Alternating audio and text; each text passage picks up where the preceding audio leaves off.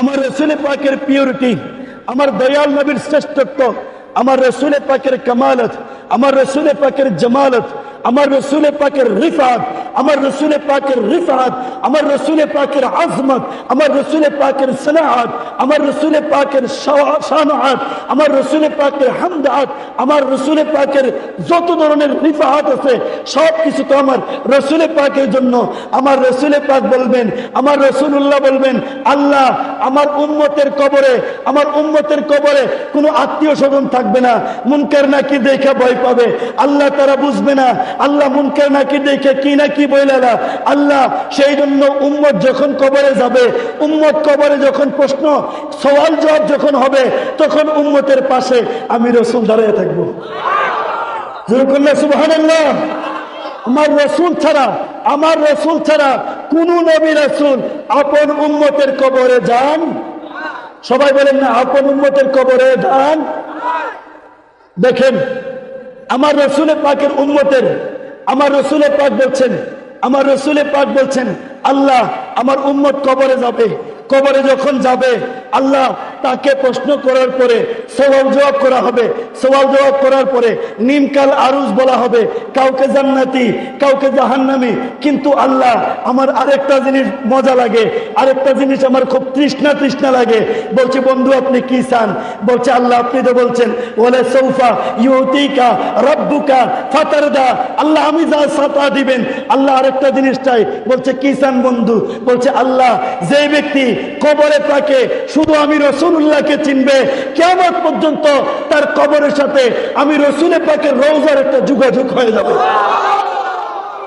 আমার আল্লাহ পাক বলছেন বন্ধু আমি তো ঘোষণা করে দিলাম ওয়ালা সাউফা ইউতিকা রাব্বুকা ফাতারদা, বন্ধু আপনি চাইবেন, কত চাইবেন, কত চাইবেন আপনি, যতক্ষণ আপনি খুশি না হবেন আমি আল্লাহ দিতেই থাকবো, দিতেই থাকবো।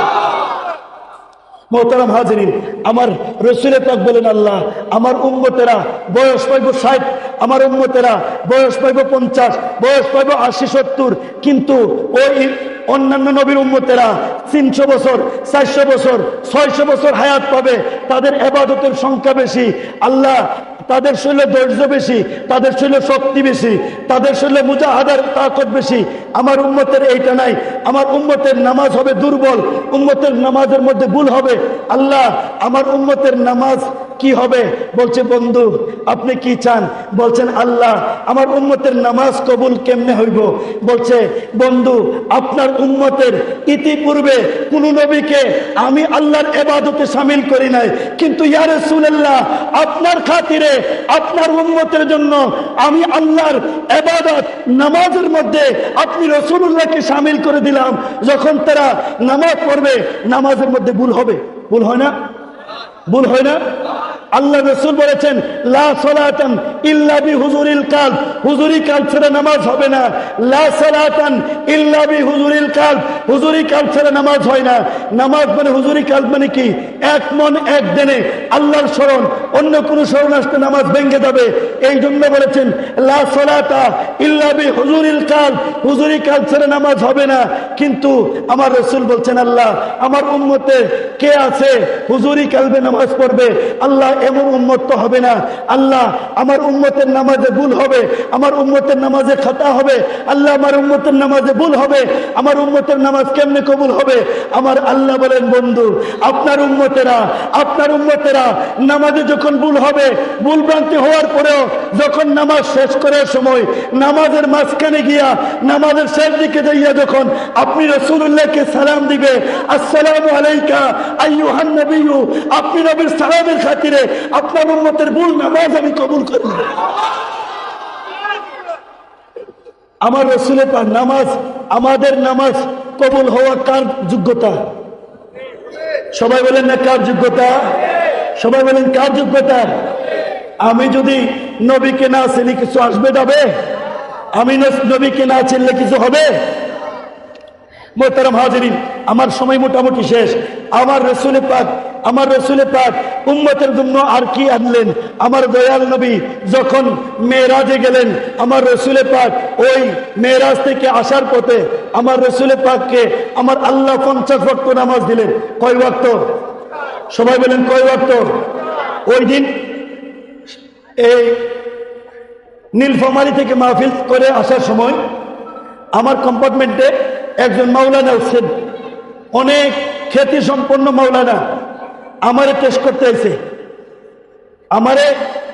করতে এসে অনেক প্রশ্ন করছে, কমপক্ষে আমার 2 ঘন্টা প্রশ্ন করছে।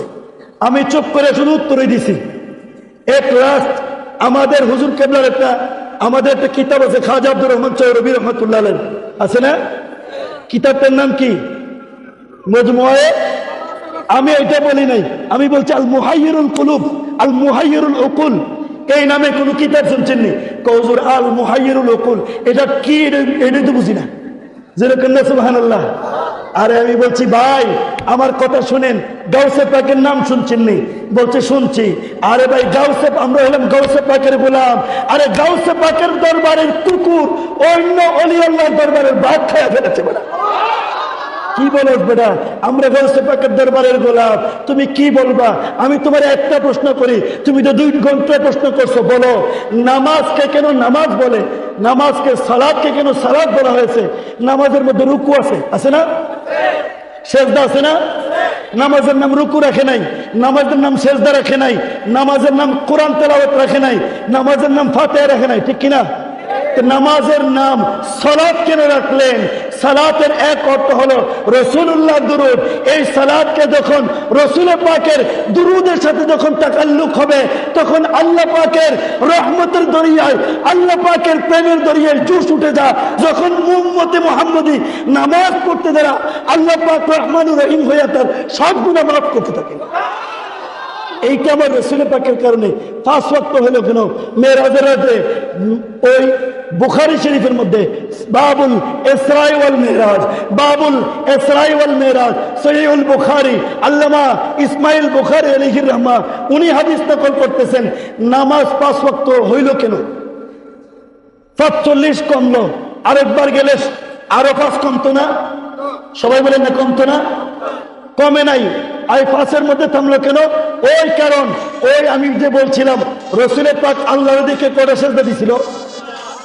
সবাই বলেন কয়টা? সবাই বলেন কয়টা? 5টা সেজদা। ওই যে আমার রাসূল পাক 5টা সেজদা দিয়েছিলেন, ওই 5 সেজদা কোথায় আছে? কথাটা ফতওয়ায়ে শামী, ফতওয়ায়ে শামী, আল্লামা ইবনে আবিদিন শামী রাহমাতুল্লাহ আলাইহি, ফতওয়ায়ে শামী 2য় খণ্ড নামাজের অধ্যায় কিতাবুস সালাতের মধ্যে, কিতাবুস সালাতের মধ্যে আল্লামা ইবনে আবিদিন শামী রাহমাতুল্লাহ আলাইহি ফতওয়ায়ে শামীর মধ্যে হাদিস নকল করতেছেন, আমার আল্লাহ পাক ওই যে রাসূল পাক 5টা সেজদা দিয়েছিলেন, ওই রাসূল পাকের 5টা সেজদার কারণে উম্মতে মুহাম্মদের নামাজ 5 ওয়াক্ত হয়েছে। এবং আমার রাসূল পাক ঘোষণা দিয়েছেন আসসালাতু মিরাজুল মুমিনিন, বলছে না? নামাজ মুমিনের, বলেন না, নামাজ মুমিনের মেরাজ। মেরাজ শব্দের অর্থ হলো কি? আল্লাহ পাকের দিদার। মেরাজ শব্দের অর্থ হলো ঊর্ধ্বগমন। আমরা তো নামাজে ঊর্ধ্বগমনও করি না, আল্লাহর দিদারও করি না, তাহলে আমাদের নামাজ মেরাজুল মুমিনিন কেমনে হইলো? এইটাও আমাদের কোয়ালিটি না, এইটাও রাসূলুল্লাহর কোয়ালিটি। কেননা বুখারী শরীফের প্রথম হাদিস, আমার রাসূলুল্লাহকে হযরত জিবরাইল আমিন বলছেন মাল ইহসান ইয়া রাসূলুল্লাহ, সহিহুল বুখারী, সহিহুল বুখারী। অনেক ভাইয়েরা আশেপাশে হয়তো আছেন, তারা বুখারী শরীফের কায়েল, সেই জন্য যা বলছি বুখারী শরীফ থেকে বলার চেষ্টা করছি।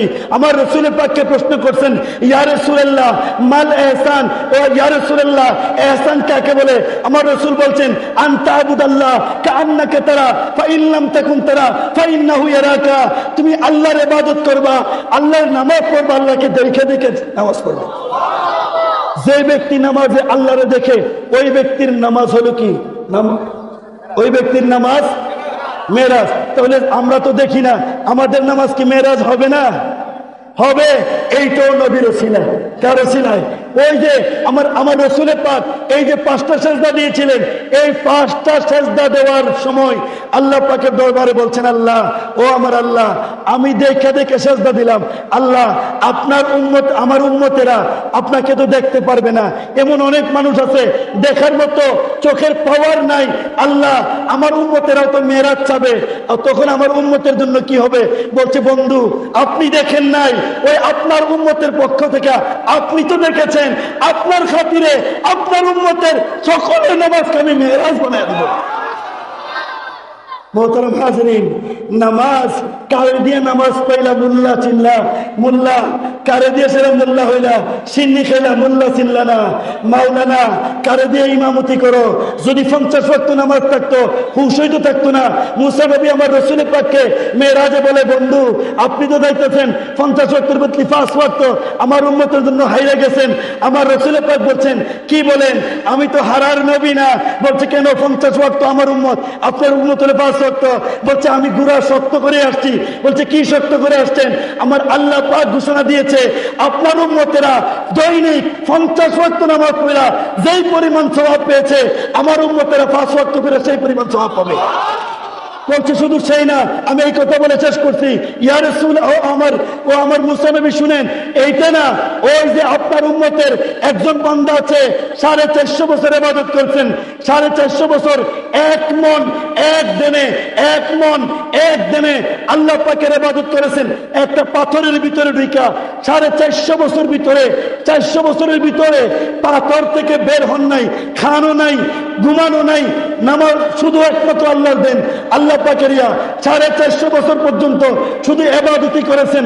এই 450 বছর আমার রাসূল পাক বলেছেন, শুনেন হে মুসা নবী, আপনার উম্মতের এই আবেদ যে 450 বছর ইবাদত করেছে, সে 450 বছর ইবাদত কইরা যেই পরিমাণ সওয়াব পেয়েছে, আমার উম্মত যদি ওই একটা রাত আছে, ওই রাতে 2 রাকাত নামাজ পড়লে আপনার উম্মতের 450 বছর ইবাদতের সমান সওয়াব দান করে দিবে আল্লাহ। এই শ্রেষ্ঠত্ব, এই কামালিয়ত আমাদের কোয়ালিটি না নবীর কোয়ালিটি? সবাই বলেন শ্রেষ্ঠত্ব আমাদের না নবীর? মোহতারাম হাজিরিন, আমাদের নবীকে আল্লাহ এমন কিছু বৈশিষ্ট্য দিয়েছেন যেই গুণগুলা কোন নবীকে আল্লাহ সকল নবীদেরকে দিয়েছেন 1000 না 700 মতো মুজিজা। সকল 1 লক্ষ মতান্তরে 2,24,000 পয়গম্বরকে দিচ্ছে 700 মতো মুজিজা। আর আমার আর আপনার নবীকে, শুধু আমার আর আপনার নবীকে একলা দিচ্ছে 65,000 মুজিজা।